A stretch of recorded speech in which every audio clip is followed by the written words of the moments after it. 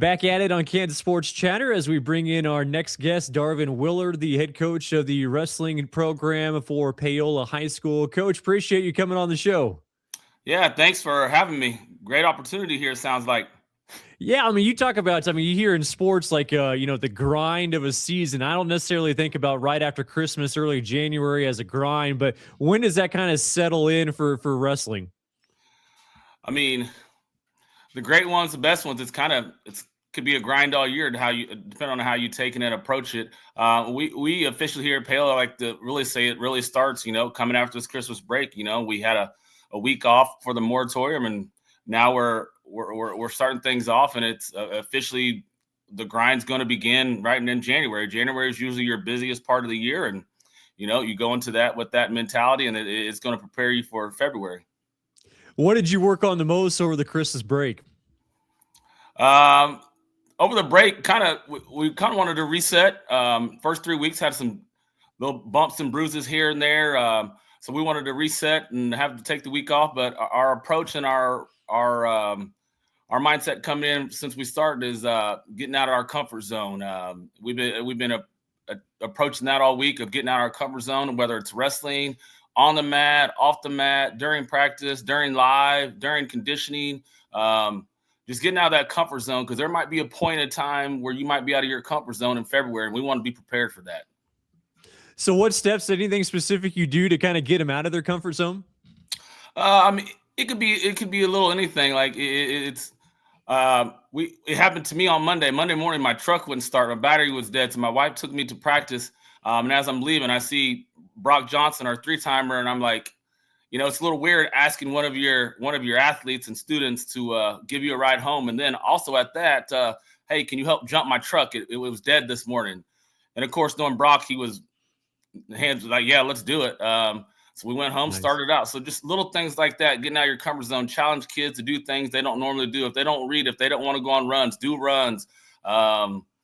Whether, when we're doing pride period, try to keep up with somebody who's a little bit more faster than you. Just getting out of that comfort zone. Don't just be comfortable. You got to be uncomfortable so you prepare for those things down, not just in wrestling, but in life as well. Continuing with that grind part of things, like, do you do anything like during practices, like in January, maybe even early February, to lighten things up, or how do you kind of keep things nice and lighthearted? We do. We always kind of do it over our Christmas break practices. We've been having lots of fun coming in this week. We've been playing dodgeball, a little dunk ball. We're gonna go Friday. We're gonna go do a free throw contest with our high school basketball team, and they're a little way to kind of intermix things up and respect their sport. As I know they respect our sport. So it's one of those things that how do you find ways to keep it relaxed, but also keep importance of the wrestling aspect in the grind of the season. So that's kind of how we're approaching it this week, and having a little fun, but we're going to put a little work in there as well. So I got to ask, like, who really carries the weight for the dodgeball? Like, who's one of the top competitors in dodgeball? Yeah, I mean, we got some boys that'll compete. Honestly, it was we kind of split them up. I let them split their teams up, and kind of our bigger, heavier guys are like our 175 to 285. They were the winners, like Carson Martin and Eli Younger, and I forget Caden Hendrickson. They're some of our bigger guys, and they kind of, when we had the dodgeball heads up, they beat like Brock and Bryson and Bodie Shea and Trace Metcalf. They beat their team, so it was they were kind of the winners. Okay. Of ball, but we did a little dunk ball. We did a little simulation different today, and Brock and those guys won. So had a few more ups there, huh? Yeah. So for you, I mean, you mentioned all those names. Like, what's kind of the makeup of this year's team? Like, what were the expectations coming into the year, and how have things kind of translated now as we're getting into January? I mean, expectations are kind of still kind of high. Like I always tell our kids, I'll never lower my expectations. If I'm lowering them, I'm failing them.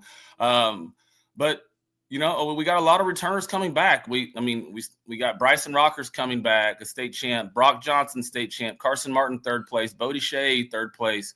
Brody Lado was in the blood round. Sawyer Blue was a state qualifier. Lane Allen, and we got Trace Metcalf, state runner up, and we got some other guys who have not been there yet that are hopefully trying to push their way to get in there too. So, again, expectations are high. I think our kids know it. And I mean, we're not letting that get to our head or what it is. They just have a goal in mind, and we're just hopefully we can achieve it. That's all we want to do is achieve that goal. You mentioned all those state qualifiers and state champions. Like you talk about building a culture at Paola. Do you kind of feel that like piece by piece, just kind of adding to the tradition? Yeah, I mean, it has a long history between, I mean, our high school program and our kids club. It's kind of a good little feeder, getting numbers up in our kids club, and then having them loving the sport still and just dumping them right off into my lap and just continue to carry off from where our kids club has gotten them, and that's kind of what we've done here over the last years, and we're just hoping to continue to do that things. Our kids club's got a lot of kids in it, from novice to open. I mean, I think there's like 110, 115 or something like that in there. So Wow. That's a pretty good amounts of numbers for a kids club. Going back to your practices, like how much individual, like one-on-one, tutoring do you have the opportunity to do during a practice like at this time of the year? This year is kind of like,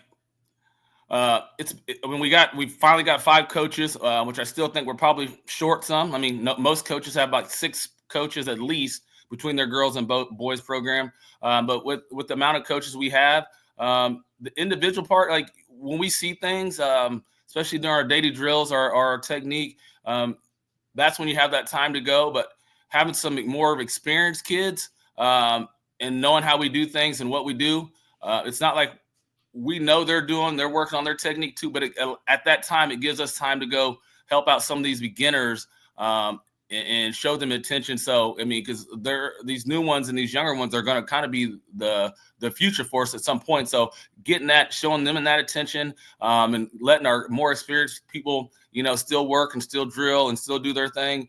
That kind of helps us kind of having a diverse of young and beginning. It's kind of hard, but how do you match? And you got to find that. Hey, how do you keep on doing the technique with the older compared to the beginners? And you just have to find that match to make it work, because you're going to still need those beginners down the road. Darvin Willard joining us here, the Paola High School wrestling coach. Did you always want to coach? Like, when did you get into that? Oh man, I believe it was in high school. Like I really didn't know what I wanted to do, but I had like 2 coaches back, at Fort Scott.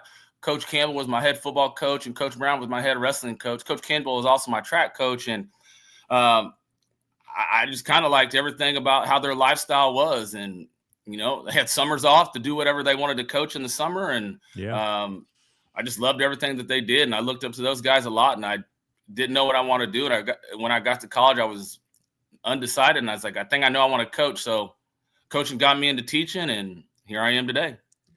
Wrestling in general, like, I mean, can you describe the intensity of it? Because I think every sport kind of has like the highlights from, people outside watching it that they really, really love, whether it's the technique of wrestling or just the pure intensity. I just feel like, especially when you're watching like duels and it's just one-on-one center match. Like, I mean, I don't know, like there's nothing that beats that. Like, can you describe that intensity of just going through a typical wrestling match? Yeah, it does. It brings a lot to it, especially, if you're a new parent or somebody new to this sport. I usually tell parents at our parents meetings, like, wrestling is kind of like a drug. It's addicting. Like, once you get in there, it's like it's mano a mano. It's your daughter or your son versus the other ones, and you can't take a blame for anybody else. Like, it's just your kid, and as they go, like, we try to prepare our practices and intensifies. Like, especially we in our pride period, that's when we really try to intensify it up. So when we get to a match and do everything and it's live and you're getting intense, it feels normal.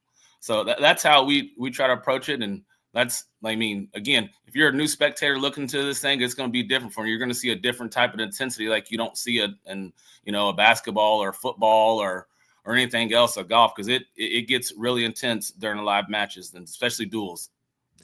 You hit on that preparation. Like, how much preparation goes into a game plan for a specific match? So if you're like, hey, we know you're going to be wrestling this guy or this gal, like, how much can you actually game plan, whether that's watching film or anything like that? You can game plan a little bit, with so much, social media and videos and matches out there that people are recording and going live with. You can kind of game plan, but I mean, we always tell our guys, we do what works, right? We can make adjustments on the fly. But you got to continue to do what you do, and that's what we kind of approach to our kids. Is do what works. Don't try to do anything that you're not going to do. That's could cost you a match or cost you a bad position. Because in the sport of wrestling, one mistake and you could be the best in the world, and one mistake could cost you everything. So that's kind of how we approach our things here. And yeah. All right, last question. We're going to put you on the spot. Now, Okay. toughest weight division that you feel like in the state of Kansas right now, whether it's girls or boys, are there any weight classes that are really exciting that people need to be watching? Oh, man. I don't really look at a whole lot of stuff. People tell me a lot of things. I'm trying not to look at all that stuff because, some people let certain weight classes stuff get in your head. I know where my guys are at, and I know how they're going to prepare. I don't know. We were at the Stampede and a couple other weight classes, and a bunch of weight classes had some really tough guys in it. But it's 4A girls and boys. It could be any of them. Yeah. I don't know, honestly, until I see everybody. Again, I said, I'm trying to stay out of rankings and try not to get into that, and just focus on that. So I don't know, maybe somebody can answer that for me. I just know where my guys are going to go at, and that's where we're going to go compete at, and hope for the best. All right, we'll wait till the end of the season to figure all that out. Yeah, absolutely. All right, Coach. Hey, I appreciate the time. Best of luck the rest of the season. All right, thank you. Appreciate you. Thanks for having me. That is Darvin Willard, the head coach of the wrestling team for Paola High School, and we'll have more of the show right after this.